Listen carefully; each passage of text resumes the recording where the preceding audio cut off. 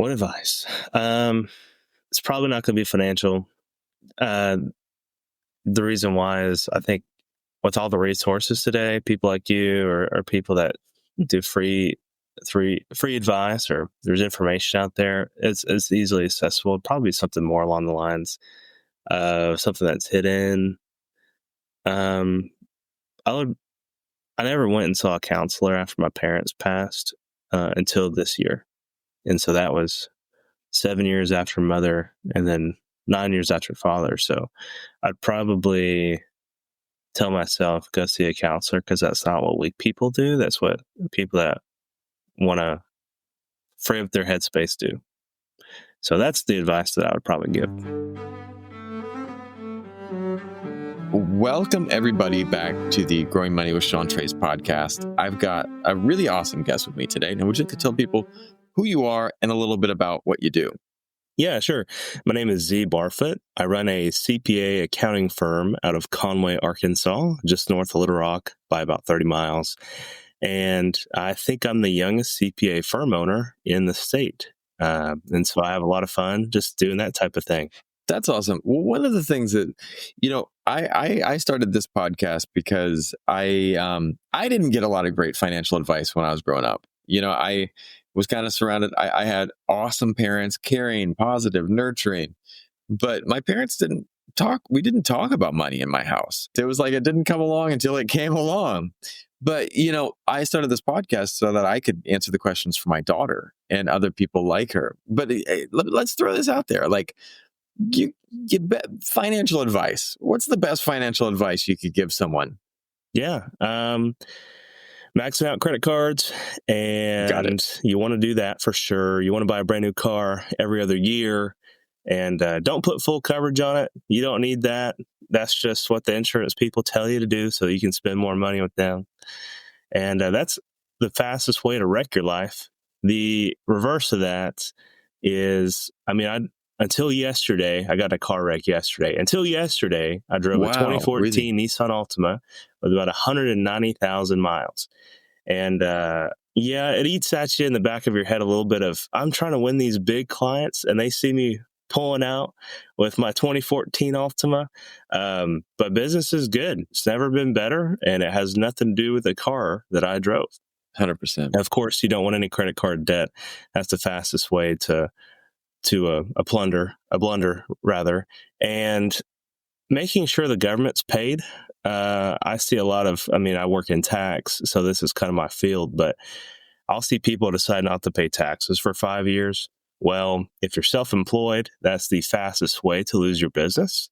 That's either income tax or sales tax or whatever it be. Staying on top of that stuff is uber important. It's interesting because one money lesson that I wish I had have learned when I was younger, and I think that this is something that's so important for so many people, is to be aware of your money, like to be aware of what's going on with your money, because if you're not aware of it, it can get away from you, Yeah. I try to explain it like this. If you're going to go buy a business, what's the first thing you want to look at? Well, you want to see if they make money, how much money they got, where it's going. Are you an attractive business? Especially for the single people out there. Are you an attractive business? Do you know how much you got? Do you know where it's going? Do you know if it's growing or not? That's, I think, how I won my wife. I had good financials, and I kept up with them. So I would definitely advise people to treat themselves as a business, not to the nitty gritty of, well, these are our projections for quarter four, but right. You want to know where you're going, especially if you have goals. If you don't really have any goals, that's a different topic, a different podcast, probably not yours, but they're listening to this because they have goals. So if you don't have a way to measure those, and if you don't have a way to track those, then there's no way that you're probably going to hit them. I love that. Well, right? One of the things too is like, I think that people do feel adrift at times, and maybe they don't know what their goals are, and I think that's what you're talking about. Like, that is a whole different topic. But the idea of say I want to I would assume that most people would like to make a little bit more money, save a little bit more money, have a little bit more money. Like we can maybe assume that that's kind of a goal that a lot of people have. I would think maybe not everyone, but but let's say like you go to the gym, and I love gym analogies for fitness, like fitness, financial fitness as well, because like you go into the gym and you're like, I'm going to lift weights, well, what do you want to accomplish, man? Are you trying to get lean? Are you trying to get toned? Are you trying to get cut? Are you trying to, bulk up? There's going to be so many different things that you can do. But if you're not like working toward a goal, I'm certain that the workout, the exercise is going to be good for you, but you might not see the results that you wanted to see if you're not, working on a plan. I think that's a great analogy, and it's hard to paint a better one. Yeah. If you were to start from zero today, what would be your first 3 financial moves that you'd like to make? Well, I started from zero not too long ago, so it's pretty fresh on mind, right? Brief backstory. I'd not get into the soppy, sad story of it, but both my parents passed whenever I was a teenager, and they neither had life insurance, right? Wow. They did not make the financial decisions that were wise. They neither had a will or a trust, and so I had to go through probate and all the good stuff. Well, so my first experience with that would lead me to I'd have life insurance for the people that depend on me, no matter what, because that left me in a weird spot, paying bills and selling stuff, and a lot of unnecessary burden that a simple life policy, not a whole life or any of that stupid stuff, but just a flat term to get you through, if something did happen to you. Number one, no brainer. I have plenty of life insurance on myself for my daughter, and my wife. Number two, I would try and differentiate myself to become the most valuable self that I could be. Ooh. Now, that's not much of a money thing, but that leads to money, if that makes sense.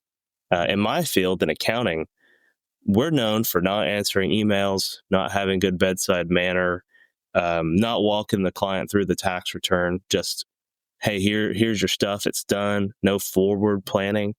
So what is my firm built around? Those 4 things. And so it's a really easy differentiator. I think it's what led to a lot of growth. So that's number 2.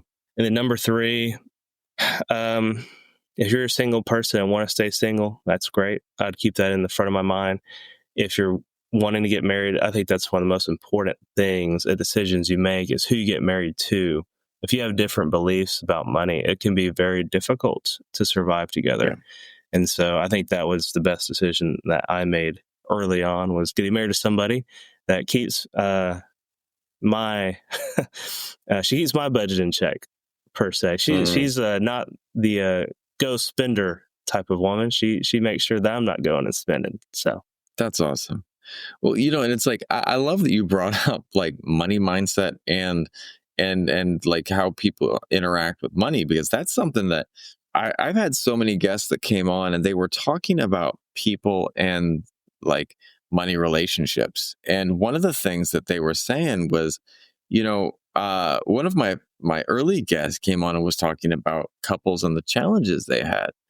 And he said, like, when he started talking to couples about their money and some of the challenges in their marriage, one of the things that he found out was like, people weren't having marriage problems. They were having money problems that were causing marriage problems. And oftentimes there was this fundamental disconnect between the way that people would interact around money. One person would sit there and be, super loving to go shopping or love the big dinners out. And, if that's what you value, if your thing is big dinners and you budget for that, good for you, not judging how someone does it.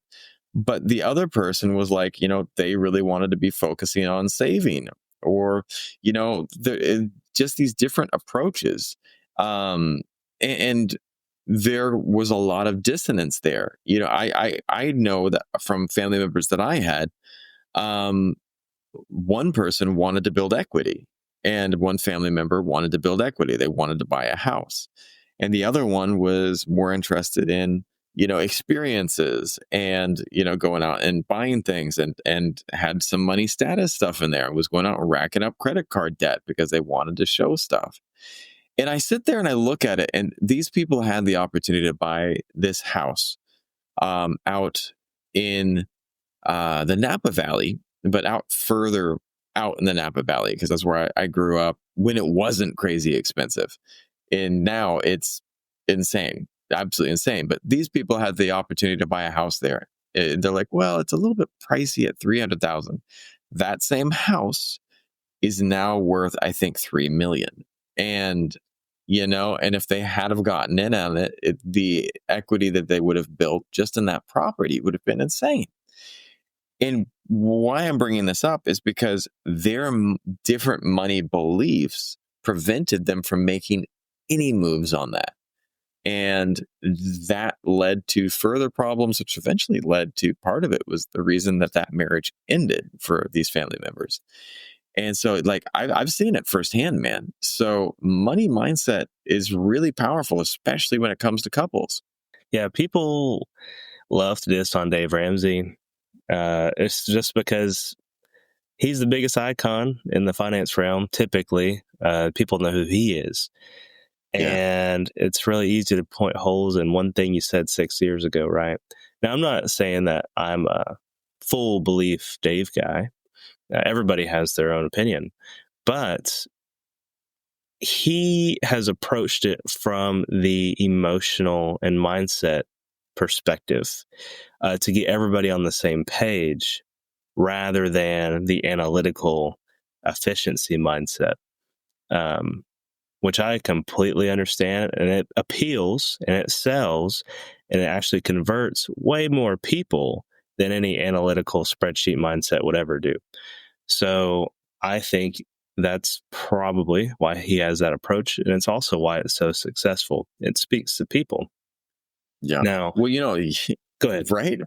No, you're spot on. Like, I know some people, especially in the financial professionals, are like, oh, well, I'm not a huge fan of Dave Ramsey, this or that. I was like, but there are a lot of people who are getting a lot of help from what he's talking about. So he's got to be onto something, there's got to be something there. And I mean, and you're right, because there are so many people that are like, this is the logical way to do it. Yeah, man, but we're not logical beings. If we were logical beings, everyone would be making the right financial decisions, but we're emotional. We're like, hey, this thing makes me feel happy. I'm going to go and buy 25 of them.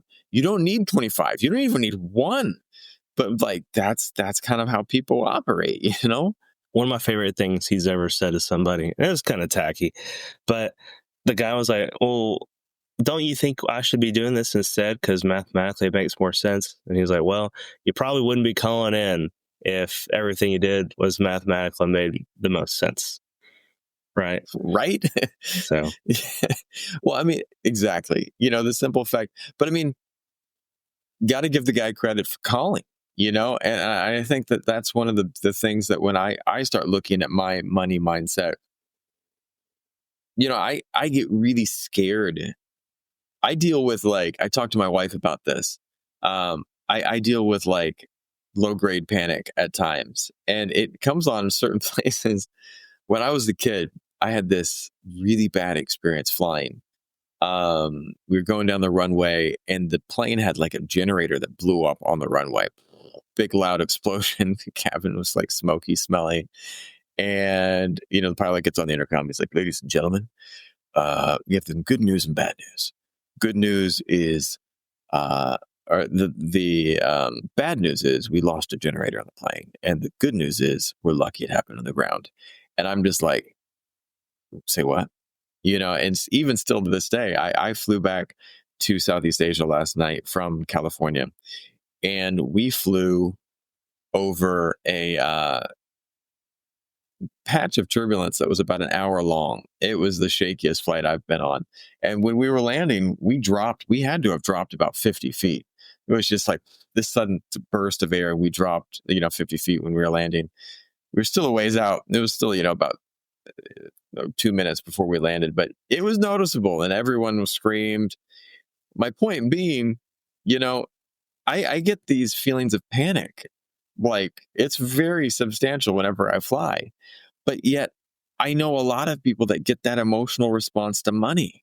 They start talking about money, and these fears start triggering for them, and like it freaks them out pretty severely, you know? And I'm not going to lie, for the longest time, that was me too. This podcast has been one of the things that's helped me because just talking to people about money has been very therapeutic for me, Yeah. you know? But it's like, I was willing to take a chance. And I hope that other people can be willing to start taking those chances to talk to someone and sharing and learning about money beliefs as well, man. Yeah. I think once people understand that money is inanimate, it only Yeah. does what you tell it to do. And as long as it's being conducted properly, it can work for you or against you. It's in your control rather than somebody else's. That plane, that pilot, the weather, there's a whole bunch of things that you can't control. If Right. you're a believing person, you think it's God that's in control of it. But it's not you when you get down to it. The money, different story. You know, that's Yeah. it can be all you. Now, car wrecks, those things do happen, but they're very abnormal, right? I was in a Yeah. car wreck yesterday. It was small, everybody's fine, but now we've got insurance and money involved, and that was out of my control. But I take care of everything else that is in my control to where that's not really an Yes. issue. So, um, I'm not going to say there's a lack of accountability out there. I don't think that's what it is. I think the mindset is everything happens to me rather than Mm. this is something that I can control and take advantage of or take the reins on. I like that. I like that, taking the reins on, because, um, you're right. There is a lot of people that are just like, they feel like they're on an out of control horse, and they don't realize that they're sitting there holding the reins. I've been on an out of control horse before. I remember when I was riding a horse here, and I love tangents and side stories, but they always come back to a point. I was riding a horse here in Vietnam, and I thought it was a gelding, and didn't go and check things at the back of the horse too carefully. But then I suddenly realized, after I got the horse into the yard, they're like, "Go ahead and ride it, just have some fun." And I suddenly realized I was on a stallion, and across the little riding corral was where his girlfriend was fenced up with their baby. And we got into the corral, and no one told me any of this. And I rode when I was a kid, but I'm not good at riding. And suddenly this horse took off. He took off because he wanted to get to his wife and their child. And all I knew was, like, in that split second, I was just like, I'm going. We're here on this ride. But then for a moment, I was like, okay, I remember pulling back on the reins. That stops a horse. And I pulled back, not aggressively, but I pulled back, and suddenly he slowed down and he stopped. He didn't necessarily want to walk anymore for me, but I was able to get him stopped. And that was one of the things that I was just like, wow, I had the power to not change the horse's running. I did not have the power to change the horse's mentality, but I did have the power to take control over what I had the ability to do, and that was to pull back on the reins. And I love that you talk about, like, that kind of dichotomy of control, because we all do have a degree of power over certain things, but that can be powerful. Like, and I love the 5 steps, the 5 baby steps. It's like, because one of the things too is, like, certainly you can't affect if you're going to have a car accident or not, but you can make sure you have insurance. You can make sure that you have an emergency fund. Like, that's one of the things that you have an emergency fund for. Last month, we had in my house, a bunch of our dogs got sick. It was really not fun, but they got bit by a tick, and the tick caused like a babesia. It wasn't babesia, but it was a similar tick-borne disease. One of our dogs got really sick, and luckily, we had enough set aside into our emergency fund that we were able to put some money for that. And, but it was like the medicine to treat all of our pups was about $300-400. It was not cheap, but we love our dogs and we weren't going to be like, deal with it, guys, So we were able to weather that because we had made choices beforehand, but we had the power to make those choices. Right. Couldn't agree more. There is a mentality shift there that not everybody's willing to take yet. I think everybody's capable of it, but it does drive the rest of the train. There was a guest that came on that talked about how everyone has a relationship with money. We all do, whether we realize it or not, whether it's a good relationship or not, but we all have a relationship with money.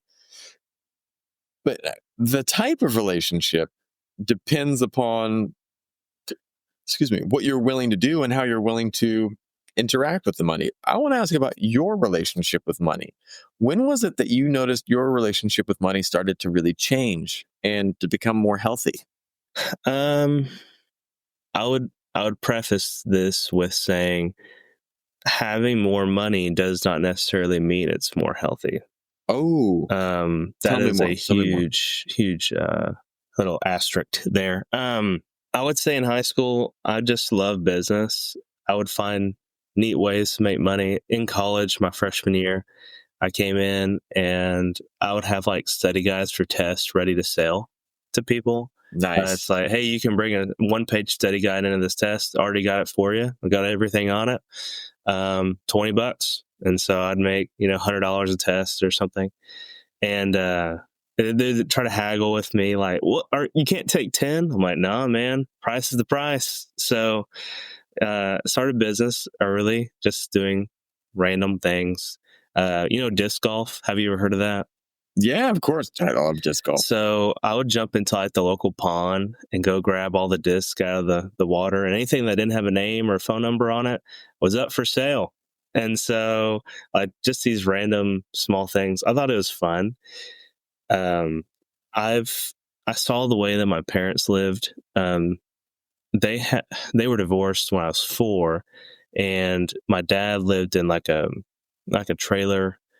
And it wasn't one of the nice ones, right? This is like one you can go buy for under 10 grand. And, it's just not a good spot to be in.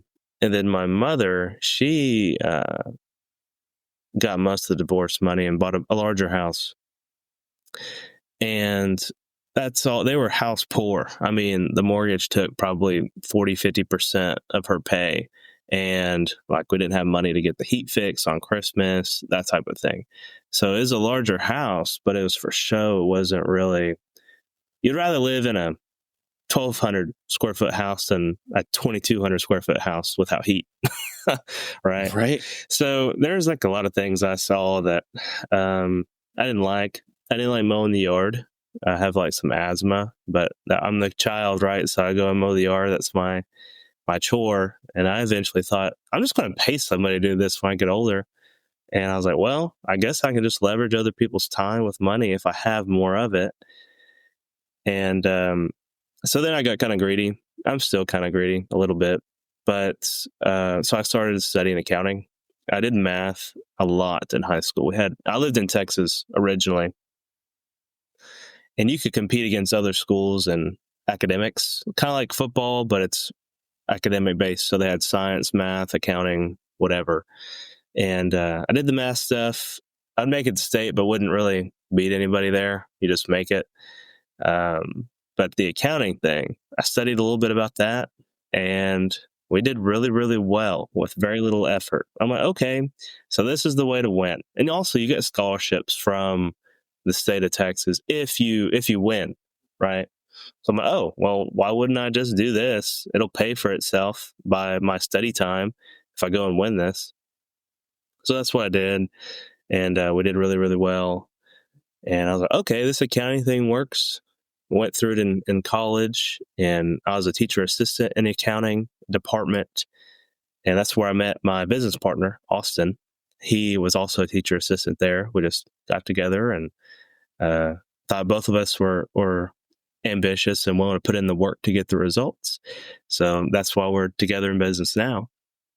But I would say I chose my jobs based on what could pay the most, and I saw bad work environments sometimes.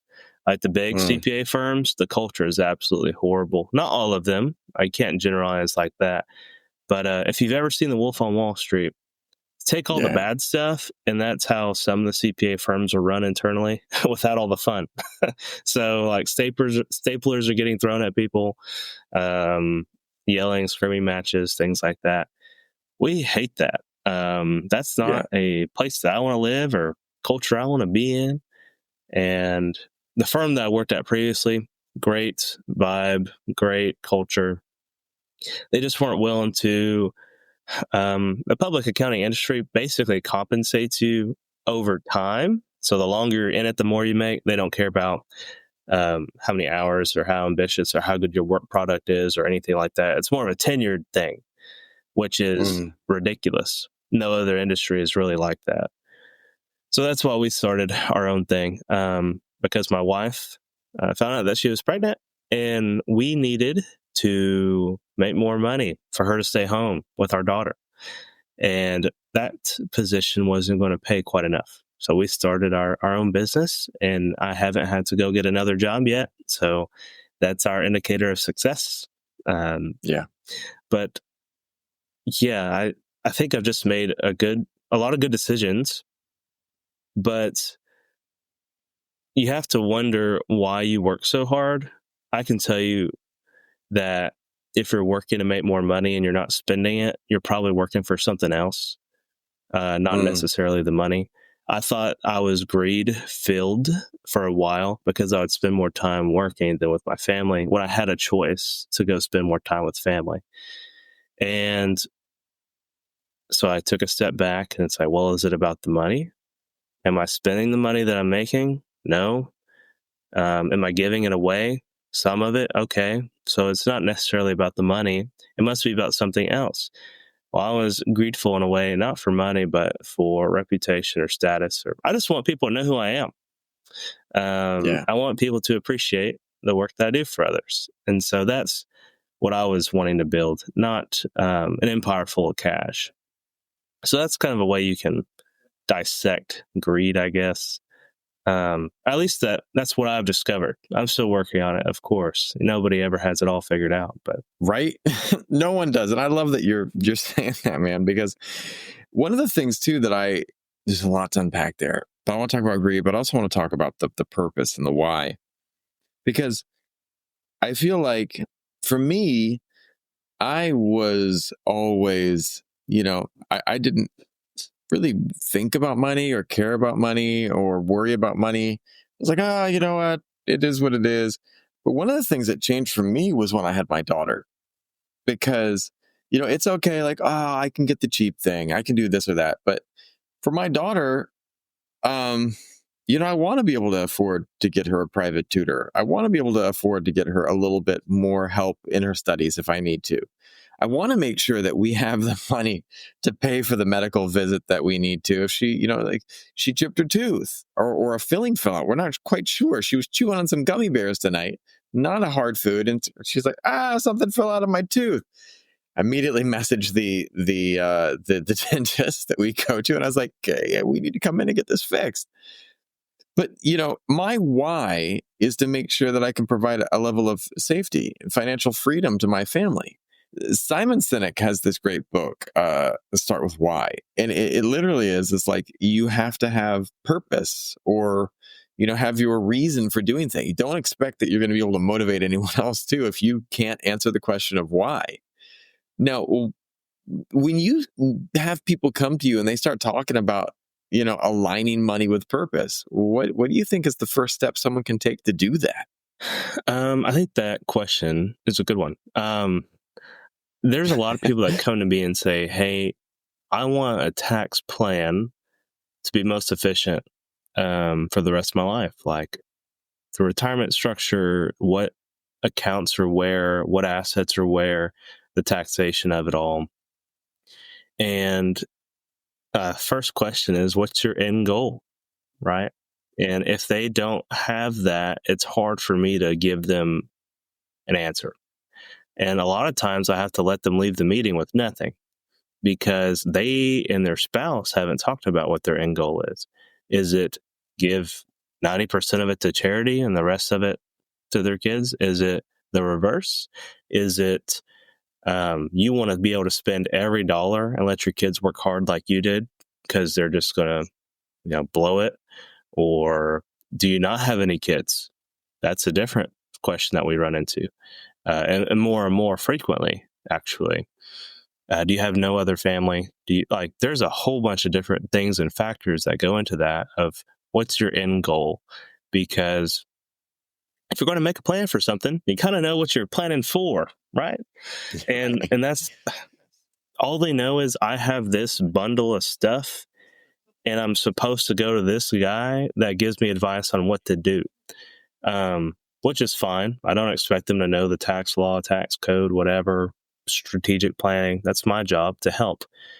But they don't usually get past I know I need to go talk to this guy. Not necessarily, I need to go talk to him because X. This is my goal that I'm trying to achieve.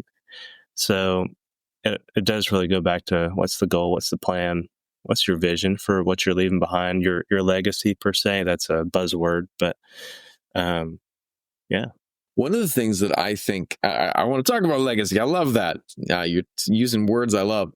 One of the things I think people don't realize early enough, and I was talking to some of my students that I taught for a long time, media and communications, and one of my students was coming to me and asking about something. And I said, well, what do you want your legacy to be? He's like, man, I'm 22 years old. I don't need to think about legacy. And I said, but if you start thinking about what it is that you're going to leave right now, what is the story? What are the stories that you want to tell? What do you want to communicate to people? What is it that you want to be remembered for? He's like, well, I don't know. I'd like people to think that I'm this. I was like, all right, that's a start. That's a start. You want people to think you're kind, you're generous. Like, well, those are points that we can work from. For me, when I was teaching, I taught a content creation class, and it was interesting because that's what I've been doing. I've been creating media for a long time, and I had these kids that came in and they're like, I want to be famous. And I was like, okay, you know what? But that's not going to be the easy way to get there. Like, that's going to be hard. I want to be famous. What type of content are you going to make with that? Like, you could make anything. And then I had one guy that was like talking about his car. And all these guys are like, oh, he's talking about his car. That's so dumb, man. Why are you talking about your car? Well, the guy started telling the story about his car. It's like a Subaru WRX. It was a Subaru WRX STI. It was a really lovely car that he and his dad worked on together. They kind of cleaned it up. They got a beat up one. They made it nice, made it beautiful. And it was the side thing, and they did it in a really smart, financially smart way. And he took really good care of it. It wasn't a brand new car. It was an older car that he had done with his dad. And then it was something they worked on together, and his dad had passed away. And it was the thing that he had that was kind of the bridge between the two of them. And you know what? When he made content about that car, there was heart, there was passion, there was something deeper in it, because there was something, it wasn't just a car to him. It was this thing that was a symbol to fatherhood. It represented, what it means to be a good dad, what it means to be a good human, how you can appreciate beauty with the people around you. That was his why. And when he started making videos about his car, it wasn't videos about his car. Everyone thought it was videos about his car. It was videos about happiness. It was videos about joy. It was videos about family. And that's where they got confused. But he knew his why. His why was to celebrate the memory of his dad.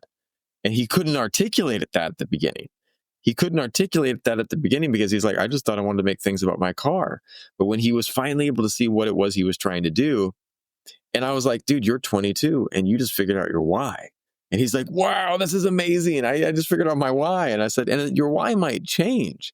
Your goals might change. Your purpose might change. But if you can kind of find something that can be a North Star for you, it can be, a guiding light. And I mean, earlier on, you mentioned spirituality. Well, maybe that is your spirituality. Maybe it is your, for my father, it was always this mission of service. He did not want to retire with 100 million in the bank. He wanted to have his entire life to be a life of service where he made other people's lives better. And he's coming up on his 80th birthday this year, and he is still going strong, and he is still walking his purpose, walking his mission. There is not a weekend that I call my dad and I'm like, "Hey dad, how you doing?" And he's like, I'm busy right now. Can you call me back?" And I was like, "What are you doing today?" He's like, "All right, well, we're at the church and we're doing this food drive and I got to help people and I got to carry these things in and out. I'm cooking food." And, it wasn't about the wealth and the riches for him, but he had purpose, and he has been wealthy beyond measure from the other things in his life. And so I love that you had mentioned these things about thinking about purpose and thinking also about kind of your values and your mission, because it makes a difference. Yeah, you hit on a couple of things that I really like. Know your why. That is a pretty famous line. I think a lot of people get into this spot where they think they have to find something they love to do and then do that. I've seen that turn people into losing their thing that they love, right? So it can have a explosive effect. But what I think a lot of people end up doing, and this is what I've done, and this is what I've heard other people that are either entrepreneurs, self-employed, or entrepreneurs, people who work inside of a business and grow up with the business that become COOs and things like that, is they find something they're really good at. Okay. And then they just work on that. And over time, like in accounting, I was really good at it. So that's what I did. But because I was good at it, I thought, why can't I be number one? And I became passionate and loving it rather than just being good at it. So oftentimes finding something you're good at and working on that will inspire and invoke the passion and the love for the aspect or the thing that you're working on. And you also talked about legacy. The last 5 years of your life, you don't know when those will be, number one. Number two, those are not the 5 years to start working on your legacy, right? Oh man, he was a really great guy for the last 2 years of his life. When was the last time you've ever heard somebody say that? That's not a thing people say. That guy always held the door open for me for the last 20 years. That's the stuff that you hear. And so the day to work on your legacy is today, not necessarily later. They think of it as like a long-term thing, something that happens after you die, but it's really what you're building today. I love that. There was this beautiful video of this guy in World War II who helped all of these people during the Holocaust. And this was a real video that they had this man sitting in this room, and he was sitting there amongst all these people. And suddenly they had the people turn to him and they were like, "I just want you to know something. All these people sitting around you are all people that you saved." And, and he just broke down in tears. I can imagine. And all these people, yeah, right. He was just overblown, over like emotionally overwhelmed with the emotion. And it was not something that he was sitting there going, what's my legacy? He was just living it. He was doing it, And the other day I sat down and I wasn't sitting down. I was driving home with my daughter after she had a martial arts class. And suddenly I saw this blind man trying to cross the road. And so I pulled my motorcycle over. And my daughter, I sat her down, I got her in a safe place. And I said, "Just stay right here." And I walked over and I didn't say anything, but I just kind of walked beside the man as he crossed the street. And my daughter looked at me and she's like, "Well, that was a nice thing to do." And she's like, "Why did you do it?" And I said, "Because no one else was, and at that moment we have to do something." And, it made a difference. And when she's like, "Well, I love it that you're always doing that, always doing stuff like that." And I was sitting there going, all right, that's something I'm building. That's something I'm building. I'm repeating that. And I mean, and we can repeat lots of different activities in our life. You wake up late, you don't go to the gym, and you repeat those over and over and over, and they will have an effect on you. If you wake up late all the time, maybe people don't trust that you're going to get there on time. If you don't go to the gym all the time, maybe it doesn't hurt you for the next 5 years, but maybe in 30, you straighten up your back and it makes the funny noise and you're like, oh, now I've got a back problem. And you go in and they're like, well, you didn't really take care of your body and now you have some joint degeneration. Those little actions that we take. And it comes back to what you were saying in the beginning. We've got that dichotomy of control. We've got the stuff we can control and the stuff you can't. And, and I think it's so important to look at, knowing the difference between those.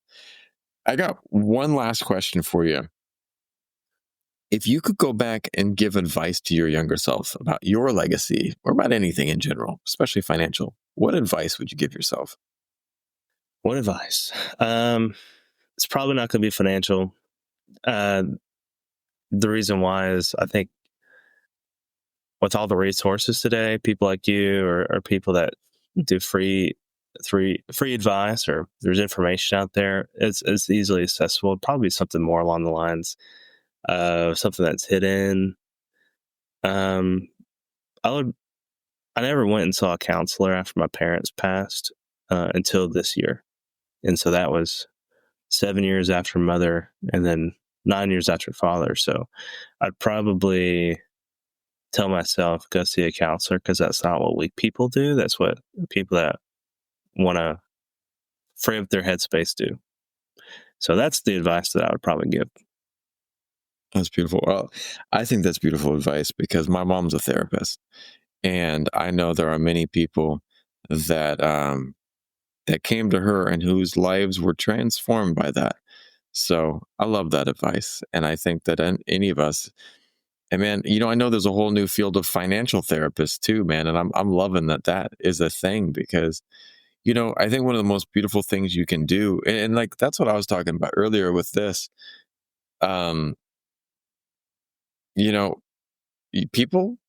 people have things that weigh on them, and you don't know what that might be. For each person is carrying, each person that you meet is fighting a different battle that you will know nothing about, and every person's battle is unique to them that they're dealing with.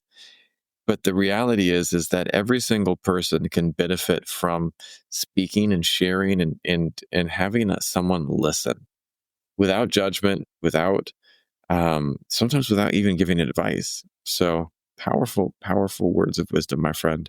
Well, thank you so much. Thank you so much for bringing me on and asking me so many thought-provoking questions. It's way more mindset and emotion than I thought. I was thinking it'd be more analytical. And so I'm glad that you brought me on. It helped me process some things out loud that I haven't quite connected before. And so, yeah, thanks for bringing me on. I appreciate that, man. Well, where can people find out more about you and your services and what you do? I'm big on LinkedIn. I just post random stuff that I think is funny or actual financial advice on LinkedIn. And my website just gives some details about what we are as a company, who we help, and best ways to help others.